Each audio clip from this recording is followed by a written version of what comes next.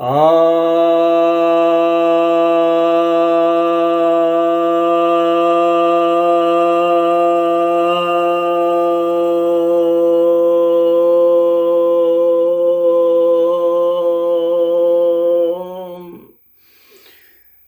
भक्तजनों को सप्रेम नमन। भक्तों, आज मैं आपके समक्ष श्रीमद् भगवद गीता के 12 अध्याय, जिसे भक्ति योग का भी अध्याय कहा जाता है, के 14वें श्लोक पर प्रवचन करने जा रहा हूं। यह 14वां श्लोक कहता है, संतुष्टः सततं योगी यतात्मा दृढ़ निश्चयः मयि अर्पित मनोबुद्धिर्यो मद्भक्तः स मे प्रियः। अर्थात जो संतुष्ट है, ऐसा लगातार संतुष्ट होने वाला जो योगी है और जो दृढ़ निश्चयी है और ऐसा व्यक्तित्व है, इस तरह की उसकी आत्मा है जो अपने सभी इंद्रियों को वश में किए हुए है और इस प्रकार से वह दृढ़ निश्चय है, और जिसने अपनी बुद्धि को मेरे को अर्पित कर दिया है, ऐसा मेरा भक्त मेरा प्रिय है। यह भगवान कह रहे हैं। तो भगवान के लिए कौन प्रिय है? यूं तो सभी प्रिय हैं, परंतु ये भक्त जो हैं ये विशेष प्रिय हैं। इसके पिछले श्लोक में भगवान ने बताया था कि अद्वेष्टः सर्वभूतानां मैत्रः करुण एव च निर्ममो निरहंकारः सम दुःखः सुखः शमी। उसकी तो व्याख्या में कर दिया था कि जो सभी प्राणियों में बिना राग द्वेष के व्यवहार करता है, द्वेष नहीं रखता है किसी प्राणी से, जिनमें मित्रता का भाव है, करुणा का भाव है, जो सबके लिए क्षमाशील है, जो सुख दुख में समान है, जो ममता रहित है और अहंकार से मुक्त है, ऐसा। अब उसके बाद आगे के ये गुण बता रहे हैं इस श्लोक में कि जो संतुष्ट है, यानी उसे जो कुछ भी मिलता है ईश्वरी कृपा से, उसे पा करके वह संतुष्ट होता है, वह डिमांड नहीं करता। वह जो मिलता है समझता है ये पर्याप्त है, भगवान की ही कृपा है, भगवान ने मुझे इसी योग्य पाया है, भगवान जानते हैं कि इसी से मेरा लाभ है, इसी से मेरा लाभ है और मेरे लाभ के अनुसार से ही मुझे दिया गया है,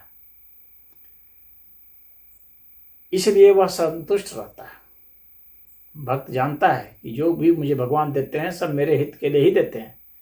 तो यदि गरीबी दी है तो हित के लिए दी है, यदि रोग दिया है तो हित के लिए ही दिया है, यदि शत्रु के रूप में किसी को भेजा है तो हित के लिए ही भेजा है। ये भगवान ही बन करके आए हैं शत्रु भी। तो इस तरह का जो भक्त होता है, ये हर समय हर परिस्थिति में, हर बाधाएं आ जाने पर, हर विपदा आ जाने पर भी संतुष्ट रहता है।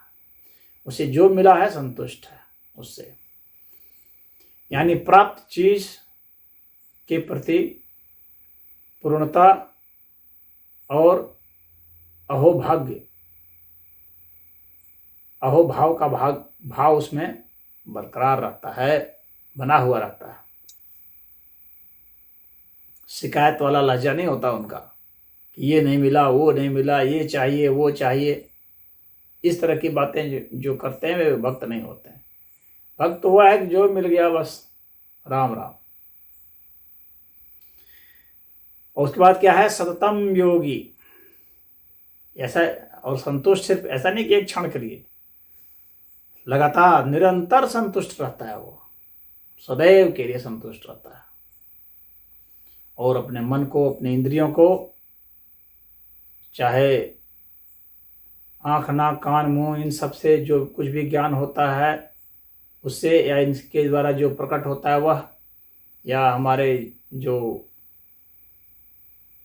कर्मेंद्रिय है जिनसे हम कुछ करते हैं, वे सब तो उन सबको अपने वश में करके वह दृढ़ निश्चय होता है, संकल्पित होता है किस चीज़ के प्रति। वो जानता है कि एक ईश्वर ही है।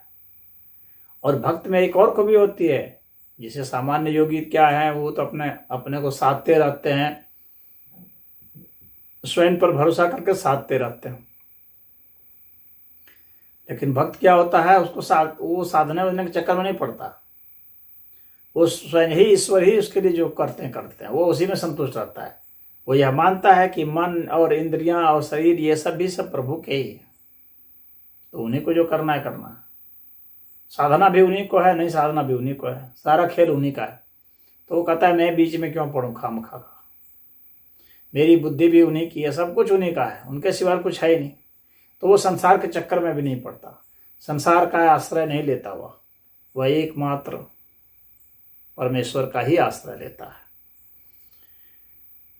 इसलिए संसार से उसे कोई राग या द्वेष नहीं होता। संसार को भी वह ईश्वर का साकार स्वरूप के रूप में ही देखता रहता है। तो इसलिए वह दृढ़ निश्चयी हो जाता है। उसका निश्चय एक ही होता है कि यह साकार स्वरूप परमात्मा है, जो संसार में दिख रहा है, गतिशील, लगातार बदलाव को प्राप्त, और यहाँ जितने भी रूप हैं सब ईश्वर के ही रूप हैं। चाहे व्यक्ति के रूप में हो, चाहे वनस्पति के रूप में हो, चाहे पशु पक्षी के रूप में हो, चाहे कीट पतंगों के रूप में हो, या जिस भी रूप में। और एक निराकार अस्तित्व है, वह भी परमात्मा ही है। समग्र अस्तित्व है पर ब्रह्म परमेश्वर। तो उसे कोई इस तरह का कोई दुराग्रह नहीं होता है कि यहाँ रहना है यहाँ नहीं रहना है, ऐसा कुछ नहीं। बस एकमात्र भजन कीर्तन करके उसका दृढ़ निश्चय होता है कि मैं प्रभु का, प्रभु मेरे, और मैं ही प्रभु भी हूँ, प्रभु के सिवाय कुछ है ही नहीं। अंतिम अवस्था में वह यहाँ तक पहुँच जाता है। इसलिए उसका निश्चय दृढ़ हो जाता है, उसको फिर कोई डिगा नहीं पाता। कितने भी तरह के तर्क दिए जाएं, उससे वह विचलित नहीं होता। हर तर्क का उसके पास जवाब भी होता है, विचलित नहीं होता। कहने का मतलब यह नहीं है कि वह अड़ियल हो जाता है बिना तर्क का, अंधविश्वासी हो जाता है, कट्टर हो जाता है, ऐसा नहीं है। उसके पास लॉजिक भी है, उसके पास अनुभव भी है, उसके पास भक्ति भी है, उसके पास सब इंद्रियों का नियंत्रण भी है, उसके पास भाव भी है, सब है, पूर्ण संपन्न है। वह परमात्मा का स्वरूप होने से वह परमात्मा जैसा ही हो जाता है। इसलिए उसका इलॉजिकल नहीं होता वो। तो फिर उस बात कहते हैं मई अर्पित मनोबुद्धि, और मुझे ही अर्पित कर देता है, अपना जो मन और बुद्धि दोनों ही अर्पित कर देता है। जिसमें कुछ संग्रह होता है, जिसमें चित्र बनते हैं, विचार बनते हैं, जिसमें विश्लेषण होते हैं, ये सब जो मनोबुद्धि हैं, इसमें संस्कार बनते हैं। तो ये सब प्रभु को समर्पित कर देता है। प्रभु को समर्पित करने के कारण ही वह शांत, निश्चल, सुंदर बना रहता है, तनाव मुक्त बना रहता है। उसका तनाव भी यदि दिखता है तो वह एक एक्टिंग ही होती है, और वह किसी के कल्याण के लिए ही तनाव में भी आता है। जो बाहर से तनाव दिखता है वह किसी के हित के लिए ही करता है। यदि वह किसी पर गुस्सा होता है, क्रोध करता है, तो वह उसके हित के लिए करता है, उसके भले के लिए करता है। भक्त का हृदय माँ जैसा होता है, और ज्ञानी का हृदय पिता जैसा होता है। यहाँ पर भगवान कह रहे हैं कि वह मेरा प्रिय है। तो ऐसा जो भक्त होता है वह मेरा प्रिय है। भक्त अर्थात जो सेवा कर रहा है। भक्त भज धातु से है, जो सेवा करता है वह भक्त है। जिस तरह से माँ निरंतर सेवा करती है, उसी तरह से भक्त भी सेवा ही करता रहता है। और निर्मल हृदय का होता है, किसी को जो है द्वेषपूर्ण निगाह से नहीं देखता, सबके प्रति मैत्री और करुण भाव होता है। योगी में, चाहे ज्ञान योगी हो चाहे कर्म योगी, उनमें ये करुण भाव, मैत्री भाव नहीं भी हो सकते हैं,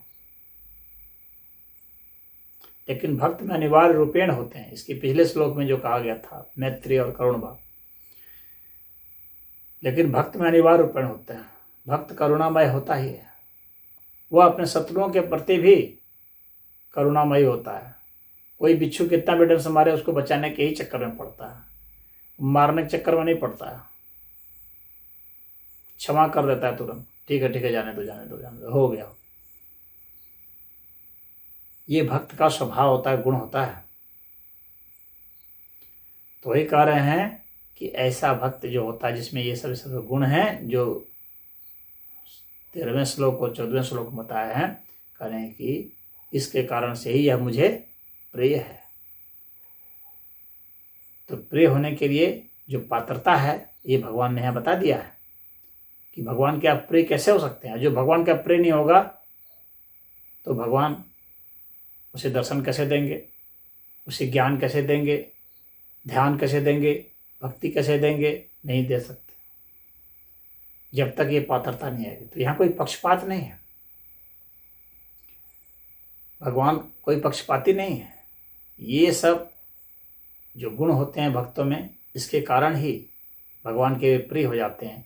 इसलिए भगवान उन्हें ज्ञान, ध्यान, कर्म, भाव, मुक्ति सब देते हैं। और भक्त इनमें से कुछ भी नहीं चाहता, इसलिए भी उसे सब मिलता है।